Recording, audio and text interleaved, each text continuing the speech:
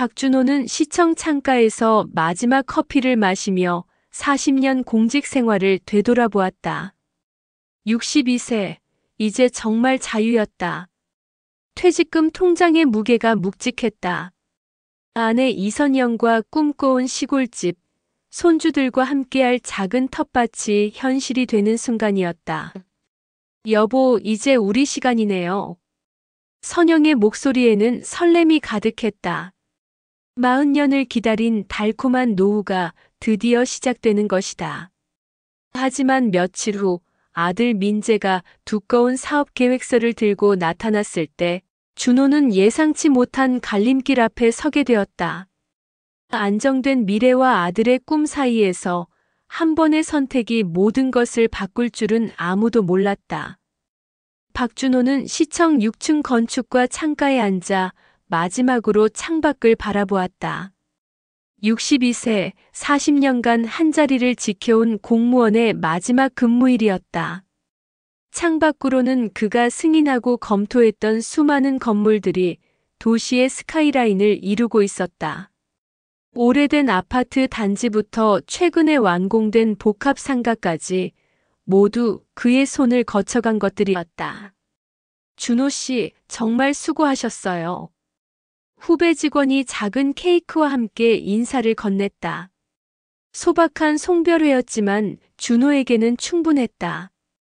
그는 평생을 성실하게 살아왔고 그 성실함의 대가로 적지 않은 퇴직금을 손에 쥐게 되었다. 집으로 돌아가는 길, 준호는 지하철 안에서 은퇴 후의 삶을 그려보았다. 아내 이선영과 함께 꿈꿔온 것들이 하나씩 떠올랐다. 시골 마을의 조용한 한옥, 그 마당에서 키울 작은 텃밭, 주말마다 놀러올 손주들의 웃음소리. 40년간 새벽 6시에 일어나 출근길에 올랐던 일상에서 벗어나 마침내 자신만의 시간을 가질 수 있게 된 것이다. 여보, 다녀왔어요. 준호가 현관문을 열자 이선영이 앞치마를 두른 채 나왔다. 60세의 그녀는 여전히 활기찼고 오늘따라 표정이 더욱 밝아 보였다. 오늘로 정말 끝난 거죠? 이제 우리 시간이네요. 저녁 식탁에서 두 사람은 퇴직금 통장을 함께 들여다보았다. 숫자를 확인할 때마다 실감이 났다. 40년간 성실히 모은 돈과 퇴직금을 합하면 시골의 작은 집 한 채를 짓고도 넉넉히 살 수 있는 금액이었다. 경기도 양평 쪽에 괜찮은 땅이 나왔다던데 주말에 한번 보러 갈까요? 선영이 부동산 전단지를 가져왔다. 산자락 아래 자리한 토지 사진 속에는 멀리 강이 흘러가고 있었다. 준호는 그 사진을 보며 상상했다. 아침에 일어나 마당에 나가 찬 공기를 들이마시고 텃밭에 물을 주며 하루를 시작하는 모습을. 좋겠네요. 민재도 데려가서 함께 보면 어떨까요? 준호가 말했다. 34세인 아들 박민재는 대기업 건설사에서 일하고 있었다. 건축을 전공한 덕분에 집을 지을 때 많은 도움이 될 것이다. 선영은 싱크대에서 설거지를 하며 말했다. 민재가 요즘 회사 일로 많이 힘들어해요. 어제 전화할 때 목소리가 많이 지쳐 있더라고요. 젊을 때는 다 그런 거야. 나도 신입 때는 상사 눈치 보느라 얼마나 힘들었는데. 준호는 젊은 시절을 떠올리며 말했다. 하지만 마음 한편으로는 아들이 걱정되었다. 민재는 어려서부터 자신의 의견이 강했고 부당한 일에는 참지 못하는 성격이었다. 그날 밤 부부는 침대에 누워 미래의 계획을 이야기했다. 선영은 텃밭에서 키울 작물들을 하나씩 나열했다. 상추, 깻잎, 고추, 토마토. 아, 손주들이 좋아할 딸기도 심어야겠어요. 준호는 집 구조를 생각해 보았다. 마루가 넓은 한옥이 좋겠어. 손주들이 와서 뛰어놀 수 있게. 40년간 놓쳤던 삶의 여유를 되찾을 수 있다는 사실만으로 가슴이 벅찼다. 매일 아침 알람 시계에 쫓기지 않아도 되고 상사의 눈치를 보며 점심시간을 줄이지 않아도 된다. 정년퇴직이라는 단어가 주는 허무함보다는 새로운 인생의 시작이라는 기대감이 더 컸다. 창밖으로 달빛이 스며들었다. 내일부터는 이 달빛 아래서도 마음껏 잠들 수 있다. 준호는 아내의 잠든 얼굴을 바라보며 조용히 미소 지었다. 이제 정말로 그들만의 시간이 시작되는 것이다. 박민재는 회사 화장실에서 동료의 전화를 받고 있었다. 야, 너도 이번 달 야근 수당 깎인 거 알지? 이 정도면 노예계약서지 뭐가 근로계약서야. 전화기 너머로 들려오는 목소리는 분노로 가득했다. 민재도 마찬가지였다.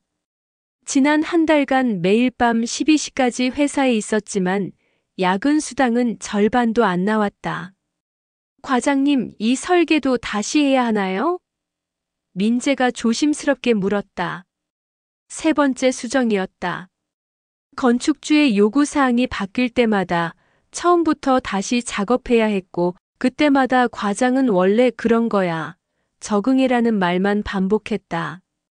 대기업 건설사에서 7년을 일하며 민재는 충분한 경험을 쌓았다. 설계부터 시공까지 전 과정을 이해했고 특히 친환경 건축 분야에서는 동료들보다 앞서 있다는 자신이 있었다. 하지만 위계적인 구조와 불합리한 지시에 지쳐갔다. 자신의 아이디어는 묻히고 상사의 눈치만 봐야 하는 현실이 답답했다. 퇴근길 지하철에서 민재는 스마트폰으로 친환경 건축 관련 기사들을 읽었다. 유럽과 미국에서는 이미 패시브 하우스, 제로 에너지 빌딩이 일반화되고 있었다. 한국도 정부 정책이 바뀌면서 친환경 건축 시장이 급속도로 커지고 있었다. 지금이 기회다라는 생각이 들었다. 집에 도착한 민재는 노트북을 켜고 사업계획서 작성에 몰두했다. 밤늦도록 시장조사 자료를 정리하고 수익 모델을 계산했다. 동업할 선배도 섭외했다. 김태훈 선배는 시공 경험이 풍부했고 민재와는 설계 분야에서 호흡을 맞춰본 사이였다.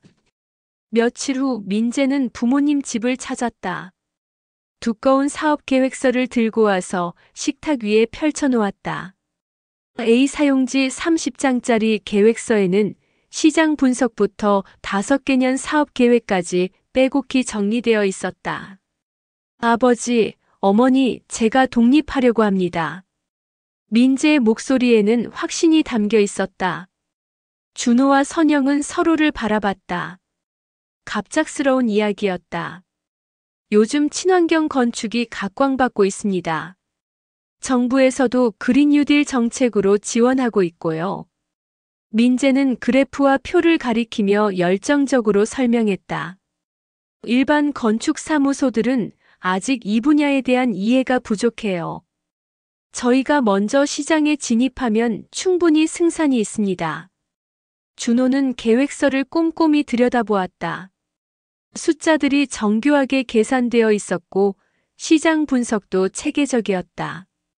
하지만 사업이라는 것이 계획서대로만 되는 것은 아니라는 걸 오랜 공직 생활을 통해 알고 있었다. 초기 투자금은 얼마나 필요한데? 준호가 물었다. 3억 정도면 사무실 보증금, 장비, 직원 인건비까지 1년은 버틸 수 있습니다. 민재는 미리 준비해둔 자료를 보여주며 답했다. 김태훈 선배도 1억 5천을 투자하기로 했고 저도 제 적금을 모두 털어서 5천만 원은 준비했어요. 선영은 아들의 눈빛에서 간절함을 읽었다. 7년간 회사 생활을 하며 쌓인 스트레스와 좌절감, 그리고 자신만의 길을 걸어보고 싶다는 열망이 고스란히 전해져 왔다. 어머니의 마음으로는 아들을 응원해주고 싶었다. 민재야, 사업이라는 게 말처럼 쉬운 건 아니야. 준호가 조심스럽게 말했다. 특히 건축업은 경기에 민감하고 초기에 자금이 많이 들어가거든. 저도 알고 있습니다. 하지만 지금 같은 회사 생활을 계속할 수는 없어요. 민재의 목소리에 절박함이 묻어났다. 매일 상사 눈치만 보고 야근 수당도 제대로 안 나오는 곳에서 평생 일할 수는 없습니다. 준호는 오랜만에 아들의 자신감 있는 표정을 보며 마음이 흔들렸다. 민재가 어려서부터 건축가가 되겠다고 할 때의 반짝이는 눈빛이 되살아나는 것 같았다. 하지만 동시에 안정된 노후를 포기해야 한다는 두려움이 엄습했다. 아들이 하고 싶어하는 일이니까 한번 생각해 볼게. 선영이 먼저 입을 열었다. 준호는 아내를 바라보며 당황했다. 이미 시골집 땅도 알아보고 있는 상황에서 갑자기 투자 이야기가 나온 것이다. 그날 밤 민재가 돌아간 후 부부는 심각한 대화를 나눴다. 선영은 아들의 편을 들었고 준호는 신중론을 폈다. 40년 모은 돈을 한순간에 날릴 수도 있다는 불안감과 아들의 꿈을 지켜주고 싶다는 마음 사이에서 두 사람은 갈등했다. 민재는 강남구 신사동에 30평 사무실을 계약했다. 건축사무소 민앤킴이라는 간판도 달았다. 김태훈과 함께 꿈꿔온 회사의 시작이었다. 사업자 등록을 마치고 첫 프로젝트를 따내기 위해 분주히 뛰어다녔다. 하지만 현실은 계획서와 달랐다. 첫 번째 문제는 동업자 김태훈과의 갈등이었다. 민재야, 친환경 건축이 좋긴 한데 시장에서 받아들일까? 태훈이 의문을 제기했다. 처음에는 적극적이던 그가 갑자기 소극적으로 변한 것이다. 형, 우리가 처음에 계획했던 게 이거잖아요. 지금 시장 상황을 보세요. 민재는 최근 정부 발표 자료를 내밀었다. 2050 탄소 중립 정책으로 친환경 건축 의무화가 단계적으로 추진되고 있었다. 그래, 맞아. 근데 당장 먹고 살 프로젝트도 따와야 하지 않겠어? 태훈의 말에도 일리가 있었다. 친환경 건축은 분명 미래 먹거리였지만 당장 매출을 올릴 수 있는 일반 건축 프로젝트도 병행해야 했다. 둘 사이의 의견 차이는 점점 커졌다. 민재는 전문성을 강조했고 태훈은 현실성을 강조했다. 결국 태훈은 좀 더 신중하게 접근하자며 투자금을 절반으로 줄이겠다고 통보했다. 1억 5천만 원이 7,500만 원으로 줄어버린 것이다. 설상가상으로 건축 인허가 과정에서 예상치 못한 문제가 발생했다. 첫 프로젝트로 따낸 소규모 주택 건축에서 지자체 담당자가 까다로운 조건을 내걸었다.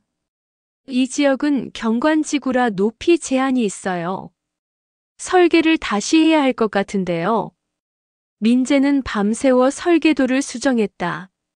하지만 수정할 때마다 새로운 문제가 나타났다. 일조권 문제, 주차장 확보 문제, 소방도로 접근성 문제까지. 7년간 대기업에서 일할 때는 이런 세부 사항들을 전문팀에서 처리해줬는데 이제는 모든 것을 혼자 해결해야 했다. 더 큰 문제는 자재비 폭등이었다. 코로나19 이후 국제 원자재 가격이 치솟으면서 철근, 시멘트, 목재 가격이 30% 이상 올랐다. 처음 견적서에 적었던 금액으로는 공사가 불가능해졌다. 사장님, 이 가격으로는 도저히 안 됩니다. 최소 20% 이상 올려주셔야 해요. 협력업체 사장의 말에 민재는 머리가 아팠다.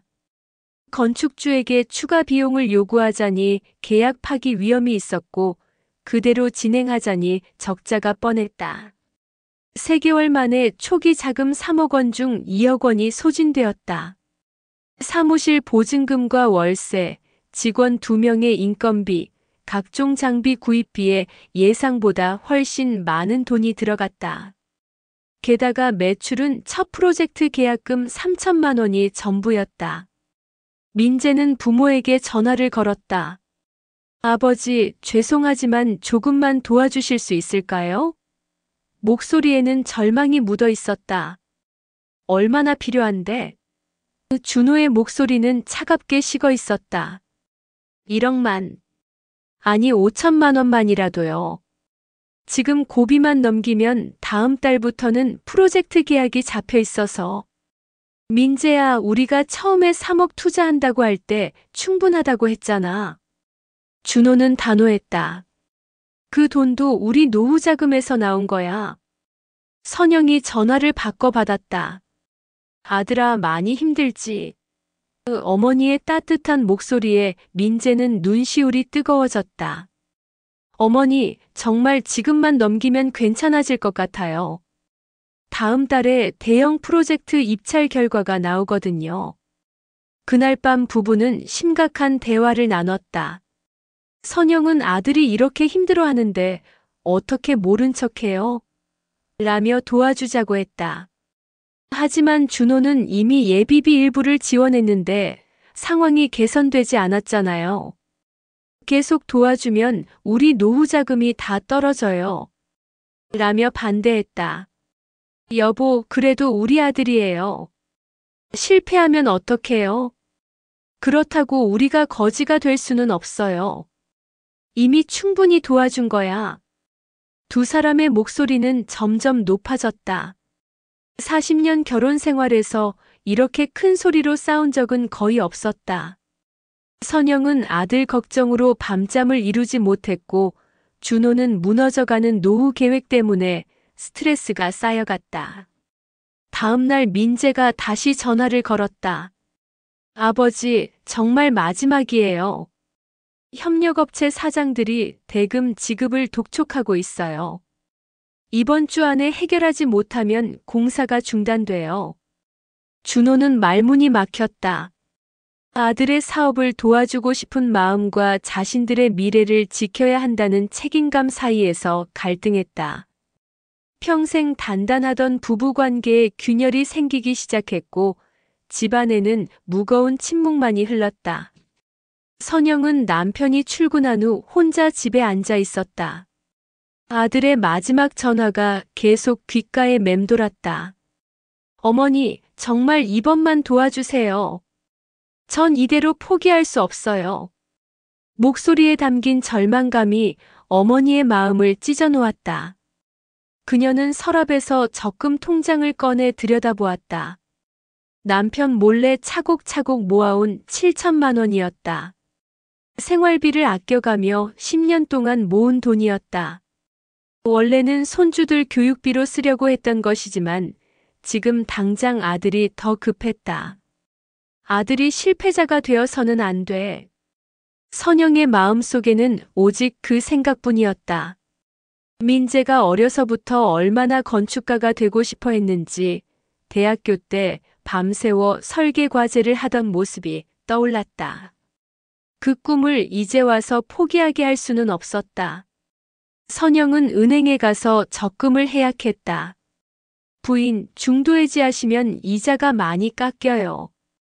정말 해지하시겠어요? 직원의 말에도 그녀의 마음은 변하지 않았다. 7천만 원을 현금으로 찾아 가방에 넣고 아들에게 전화를 걸었다. 민재야, 어머니가 도와줄게.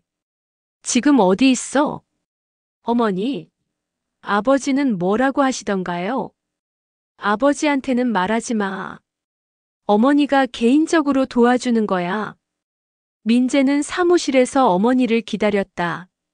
선영이 가방에서 돈 뭉치를 꺼낼 때 그는 어머니의 손이 떨리고 있다는 것을 알아차렸다. 어머니, 이거 어떻게 마련하신 거예요? 묻지 마. 그냥 받아.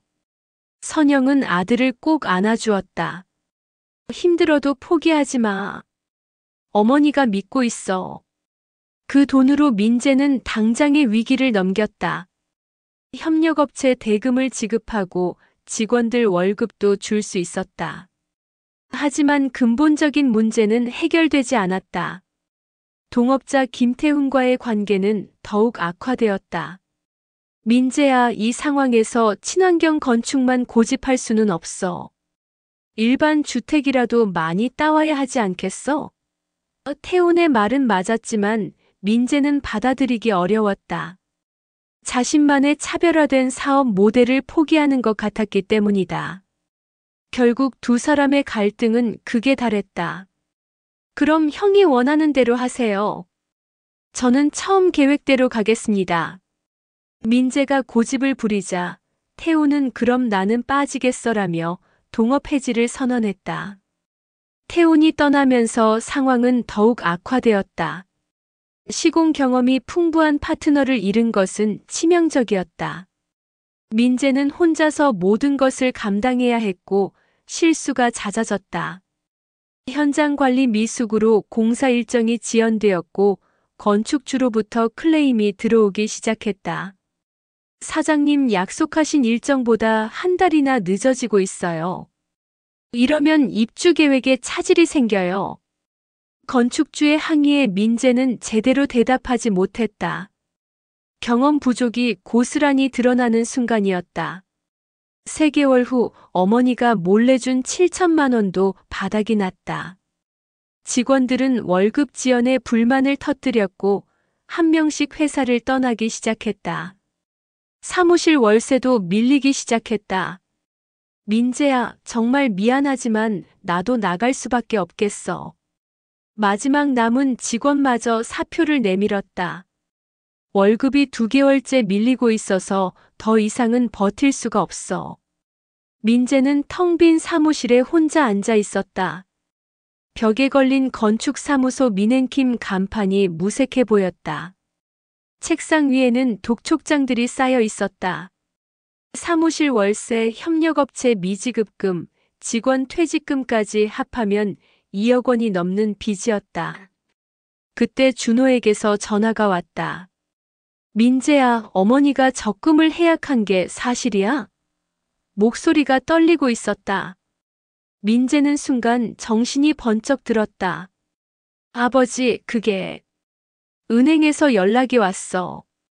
적금 해약하면서 이자 소득세 관련해서 확인해달라고. 어머니가 7천만 원을 해약했다더구나. 준호는 집으로 돌아와 선영을 마주했다. 아내는 고개를 숙인 채 아무 말도 하지 못했다. 당신이 나한테 거짓말을 했어? 준호의 목소리는 차갑게 식어 있었다. 40년 결혼 생활에서 이런 적이 있었나? 여보, 아들이 너무 힘들어해서. 그래서 남편한테 거짓말을 해도 된다는 거야? 우리가 함께 의논해서 결정하기로 했잖아. 선영의 눈가에는 후회의 눈물이 맺혀 있었다. 아들을 도와주고 싶은 마음뿐이었는데 결과적으로 남편을 배신한 셈이 되었다. 미안해요. 정말 미안해요. 그날 밤 준호는 잠을 이루지 못했다. 40년간 신뢰해온 아내가 자신에게 거짓말을 했다는 사실이 믿어지지 않았다. 은퇴 후 처음으로 마음껏 누려보려던 평온은 산산이 부서졌다.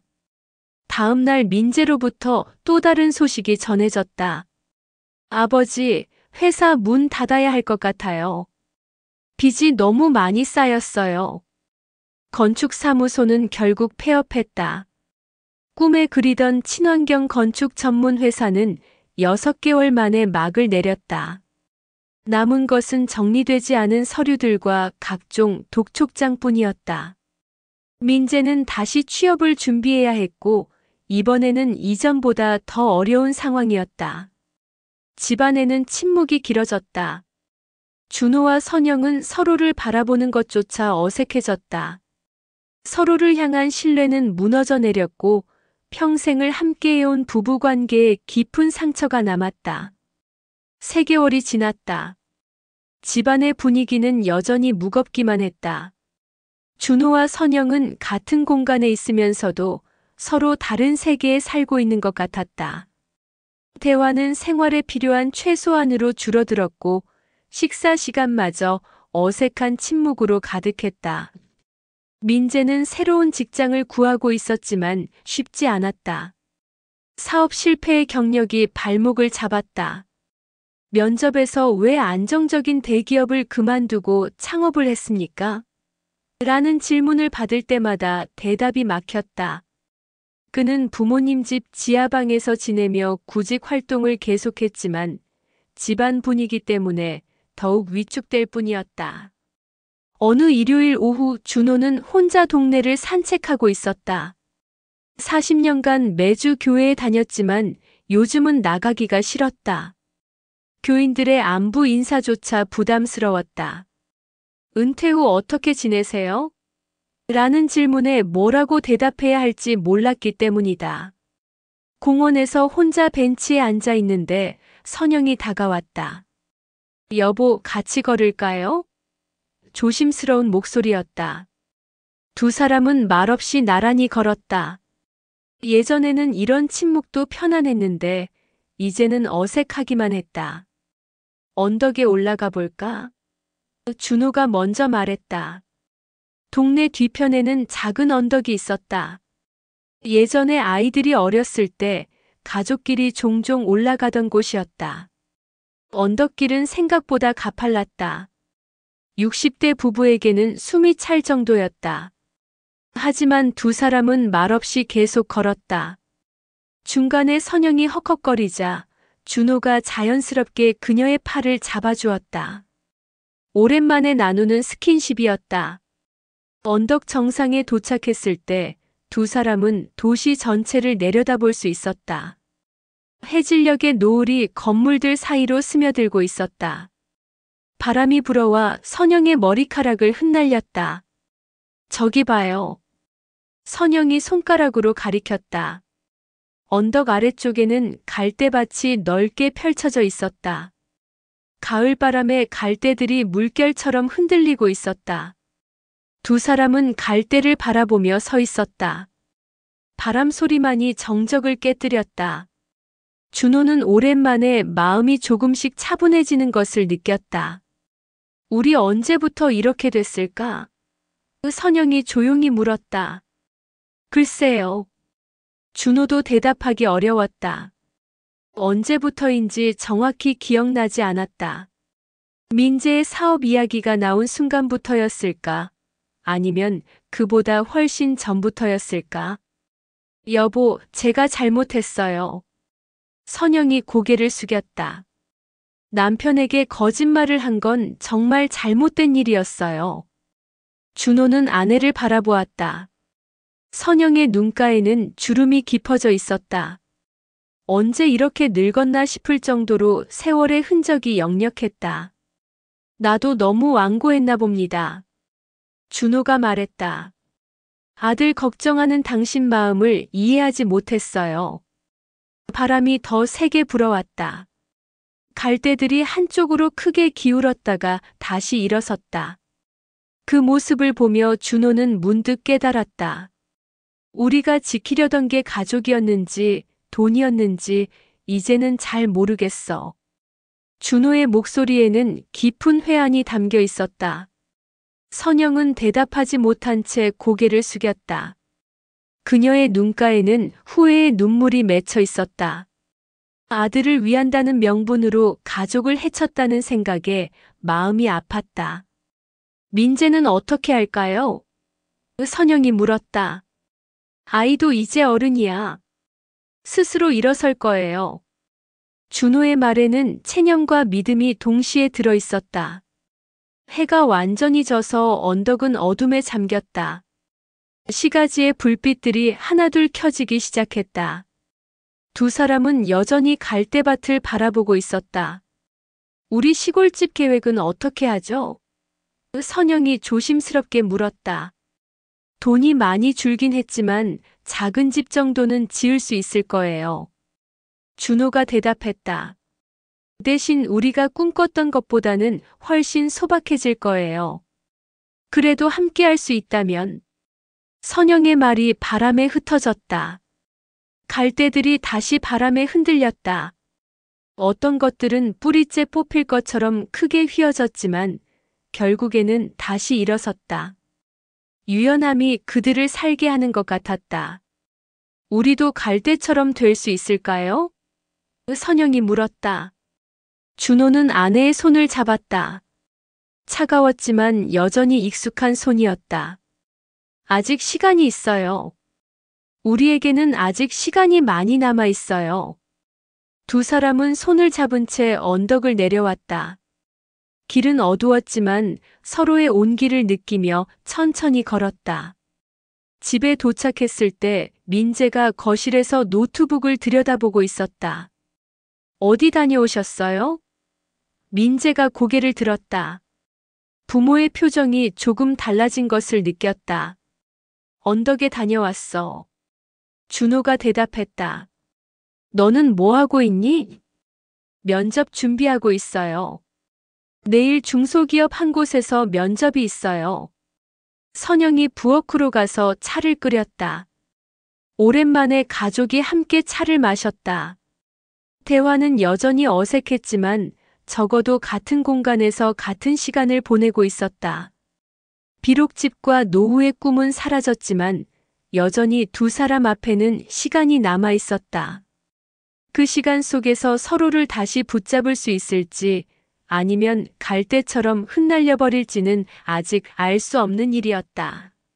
하지만 적어도 오늘 밤 그들은 함께 있었다.